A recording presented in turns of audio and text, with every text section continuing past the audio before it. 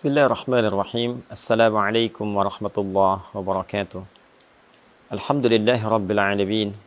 Alladhi razaqana bini'mati Ramadanil mubarak. Fanahmaduhu hamdan kamila wa nashkuruhu syukran tamma ala hadhihi an-ni'matil kabira.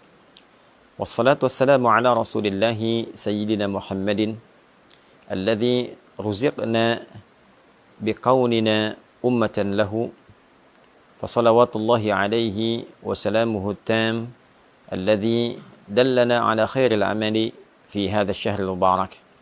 Allahumma salli wa sallim barik ala hadzal habibil karim wa ala alihi wa sahbihi ajma'in wa ba'd.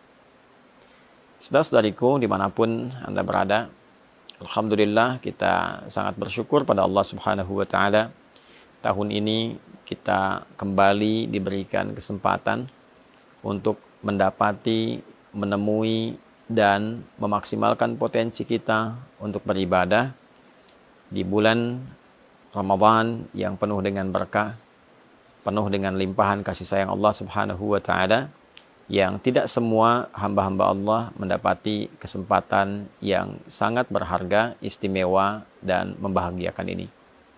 Untuk itu, penting kiranya kita mengetahui beragam keistimewaan dimaksud, sehingga dengan itu memberikan motivasi yang besar dan mendalam kepada kita untuk menyusun strategi, menyiapkan kurikulum amal, sekaligus memotivasi diri kita untuk senantiasa bersemangat dalam menjalankan semua kurikulum amalan yang telah kita dapati itu.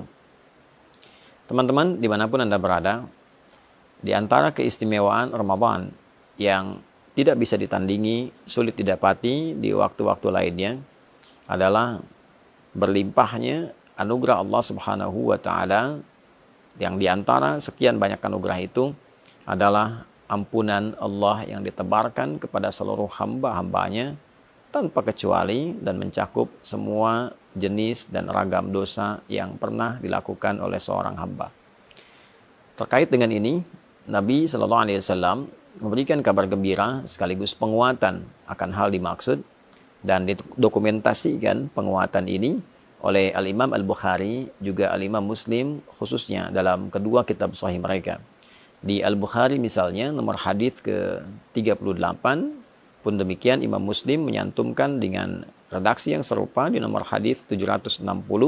Keduanya mengambil riwayat dari sahabat Abu Hurairah Abdurrahman bin Sakhr radhiyallahu taala anhu dari Nabi sallallahu alaihi wasallam, beliau bersabda, "Man shama Ramadana imanan wa ihtisaba, ghufira lahu ma taqaddama min dhanbi." Man, siapapun, mencakup laki-laki, perempuan, besar, kecil, tua, muda, apapun profesinya. Dan ini sifatnya secara personal. Ketika disebutkan man, artinya menunjuk secara personal. Dan dia memiliki juga keumuman makna. Artinya, berlaku secara personal, namun dibuka umum bagi siapapun. Baik laki-laki, perempuan, dengan segala sifat yang telah tadi kami sebutkan. Artinya peluang ini seakan-akan Nabi memberikan beritanya secara personal kepada kita. Wahai Adi Hidayat, wahai fulan, wahai fulana. Man shama Ramadana. Siapapun di antara Anda yang mampu menunaikan puasa Ramadan. Perhatikan kalimatnya, kata puasa dimaksud, sama diikat dengan waktu Ramadan. Jadi tidak ditemukan di waktu-waktu yang lain. Tidak di puasa Rajab misalnya, tidak di puasa Sya'ban misalnya, tidak di bulan hurum-hurum yang lain, tidak di puasa Arafah, tidak di puasa Asyura dan yang lainnya, tidak di Ayyamul Bid, tidak di hari Senin dan Kamis. Ini hanya khusus mencakup di bulan Ramadan. Man shama Ramadana, siapapun yang mampu menunaikan puasa Ramadan. Dan kita ketahui Ramadan itu jumlahnya selama sebulan. Ya, di Al-Baqarah ayat 185 jelas Allah menggabungkan kata syahr yang menunjuk pada waktu selama sebulan dengan kata Ramadan dalam momentum penurunan Al-Quran. Syahrul Ramadan alladzi unzila fihi Al-Quran. Di bulan Ramadan itu yang diturunkan Al-Quran di dalamnya, itulah kemudian waktu yang menjadikan kita wajib menunaikan puasa selama sebulan penuh. Artinya, dalam konteks menunaikan puasa ini, di bulan Ramadan ini, waktunya terbentang selama sebulan. Siapapun yang mampu menunaikan puasa Ramadan, dari hari pertama, hari kedua, sampai yang terakhir selama sebulan. Dengan catatan imanan wahtisaba. Imanan ia kerjakan karena imannya, karena keikhlasannya pada Allah Subhanahu wa taala, keyakinannya untuk menyembah, mengagungkan dan menaati perintah Allah Subhanahu wa taala. Karena kalimat iman itu sandingannya adalah amal saleh. Jadi begitu disebutkan iman, pembuktiannya amal saleh. Misal Quran surah 103, wal 'asr innal insana lafi khusr illa alladziina amanu wa 'amilus shalihat. Jadi untuk menunjukkan seseorang beriman itu, maka pembuktiannya lewat amal saleh. Ya, pengertian terbaliknya, mafhum mukhalafahnya, ketika seseorang menunaikan amal dan disebut dengan saleh, maka tujuan utamanya adalah untuk membuktikan keimanannya. Kepada siapa? Kepada Allah. Jadi bukti iman itu adalah taat. Taat itu wujudnya adalah amal soleh. Perbuatan kita yang ditujukan karena Allah Subhanahu wa ta'ala. Karena itulah ketika satu kata yang menunjuk pada ibadah, kemudian disandingkan dengan kata iman, ingin memberikan kesan bahwa syarat penunaian ibadah itu dianggap benar, dianggap baik jika memang ditujukan untuk kepentingan imannya. Dalam arti dilakukan karena Allah Subhanahu wa ta'ala. Karena kalimat iman pertama dalam Al-Quran dan disifati dengan kata ghaib, wujudnya adalah penyembahan dalam bentuk salat. Al-Baqarah ayat ketiga, alladzina yu'minuna bil ghaibi wa yuqimunas salat. Itu orang-orang takwa itu, orang yang mampu mengimplementasikan imannya ketika dia yakin pada Allah walaupun belum tampak dalam pandangannya, lalu dia buktikan keyakinan yang kuat itu dengan cara menyembahnya melalui salat. Maka dari itu, ketika puasa diikat dengan kata iman, ini ingin memberikan kesan batasan bahwa orang-orang yang akan mendapatkan jaminan keistimewaan di bulan Ramadan ini adalah syarat pertamanya, dia menunaikan puasanya hanya karena Allah, untuk membuktikan keimanannya kepada Allah. Itulah sebabnya pembuka kewajiban puasa, ayatnya diawali dengan kata panggilan iman. Ya ayyuhalladzina amanu. Al-Baqarah ayat 183. Hai semua orang yang telah menyatakan beriman. Kutiba alaikumusiyam. Dengan imanmu itu diwajibkan engkau mengimplementasikannya dengan cara menunaikan ibadah puasa di bulan Ramadan. Karena itulah kemudian penunaian puasa ini bukan hanya dikerjakan karena orang lain berpuasa. Bukan hanya dikerjakan untuk membuat sebuah status di lingkungan kehidupan sosial. Bukan hanya dikerjakan motivasinya untuk mendapatkan bukaan.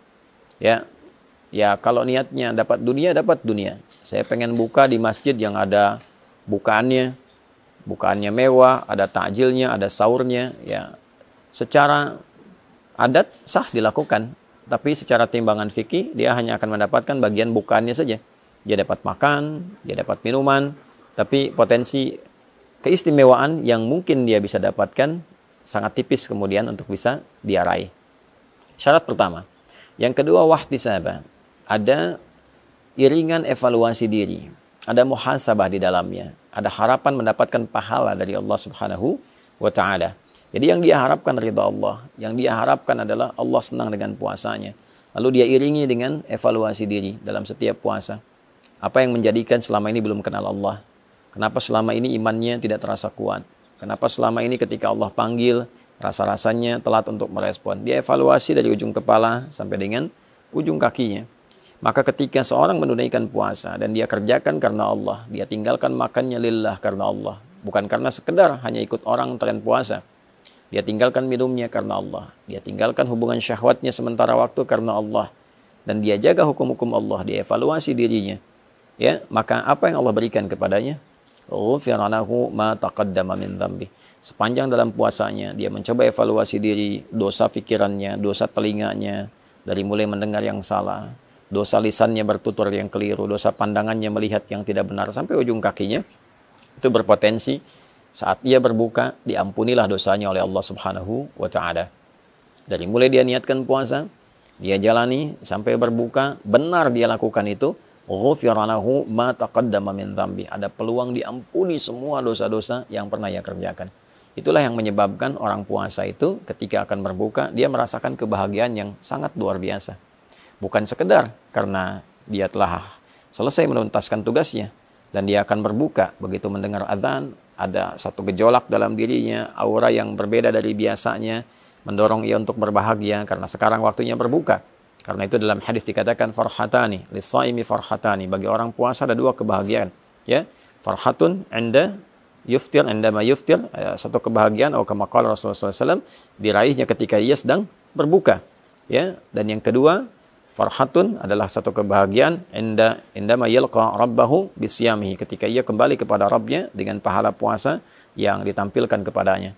Maka saat ia berbuka ia gembira, bukan karena sekedar puasa telah selesai, tugas telah dilakukan, tapi dia bahagia pula karena pada saat itulah Allah berpeluang mengampuni semua dosa-dosa yang pernah ia kerjakan. Saat ia kembali kepada Allah, dia kembali dalam keadaan bersih, pahala telah dia dapatkan dari bacaan Quran, dari sholat, dari kajian-kajian, dari tilawah dan sebagainya, sehingga dia gembira. Dan disambutlah ia saat kembali itu dengan diperintahkan untuk memasuki pintu khusus dengan pahala puasanya, yaitu pintu Ar-Rayyan. Allah Subhanahu wa taala menyampaikan kepada Nabi untuk memberikan kabar gembira. Inna fil jannati baban yuqalu Rayyan. Di surga itu ada satu pintu yang disebut dengan Ar-Rayyan. La yadkhuluhu illa shaimun. Tidak akan dimasuki oleh hamba manapun kecuali ahli puasa. Di antara ahli puasa itu ada yang menafsirkan rajin puasa, tapi juga pengertian spesifiknya adalah orang yang berhasil menunaikan puasanya yang ia kerjakan karena Allah, dan dia mengevaluasi diri seperti disifati dalam hadis Nabi SAW yang telah tadi diuraikan. Fa'idha dakhaluhu ughliqa, kalau sudah masuk orang-orang dengan sifat ini, maka segera ditutup. Tidak ada orang lain yang bisa masuk kecuali memiliki karakter yang serupa. Jadi teman-teman, dimanapun berada, saya ingin mengajak pada diri pribadi dan kita semua untuk saling mendoakan. Dari mulai sejak awal kita menjalani ibadah puasa ini sampai ujungnya, tidak ada di antara kita yang tidak punya kesalahan. Tidak ada di antara kita yang tidak punya dosa. Yang dibawa ke akhirat bukan berapa banyak uang kita, bukan berapa tinggi status kita, bukan berapa luas ilmu kita, bukan berapa kuat tenaga kita. Yang dibawa pulang adalah timbangan antara pahala dan dosa. Berapa banyak amal salehnya, berapa banyak amal salahnya. Ketika ditimbang, apa yang bisa menutupnya? Maka kasih Allah menghadirkan Ramadan untuk kita, bukan yang lain, memberikan sebuah kesempatan yang dalam agar kita mampu memanfaatkannya dengan mengevaluasi diri dan berharap Allah membuat kita lebih baik dibandingkan dengan hari-hari sebelumnya.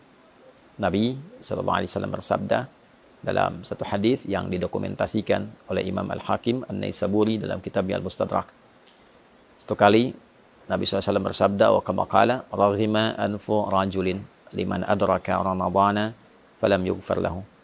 Sangat tercoreng kehormatan seorang muslim, sangat terhina, sangat jauh dari rahmat Allah seorang yang disampaikan kepada bulan Ramadan, tapi ia tak mampu mengkreasikan kesempatan yang diberikan untuk mendapatkan ampunan Allah Subhanahu wa taala. Semoga Allah memuliakan kita, mengampuni dosa-dosa kita, memberikan kesempatan terbaik untuk mengisi sisa kehidupan kita dengan lebih mulia, dan mewafatkan kita dalam keadaan husnul khatimah. Allahumma taqabbal minna innaka antas sami'ul alim wa tub 'alaina innaka antat tawwabur rahim. Allahumma ighfir lana dhunubana ya Allah, ma qaddamna wa ma akharna, saghiran wa kabira. Allahumma rabbana atina fid dunya hasanah wa fil akhirati hasanah wa qina adzaban nar. Wa sallallahu ala sayyidina Muhammad wa ala alihi wa sahbihi ajma'in. Wa akhiru da'wana subhanakallahumma rabbana wa bihamdika asyhadu an la ilaha illa anta nastaghfiruka wa natubu ilaik. Walhamdulillahi rabbil alamin. Assalamualaikum warahmatullahi wabarakatuh.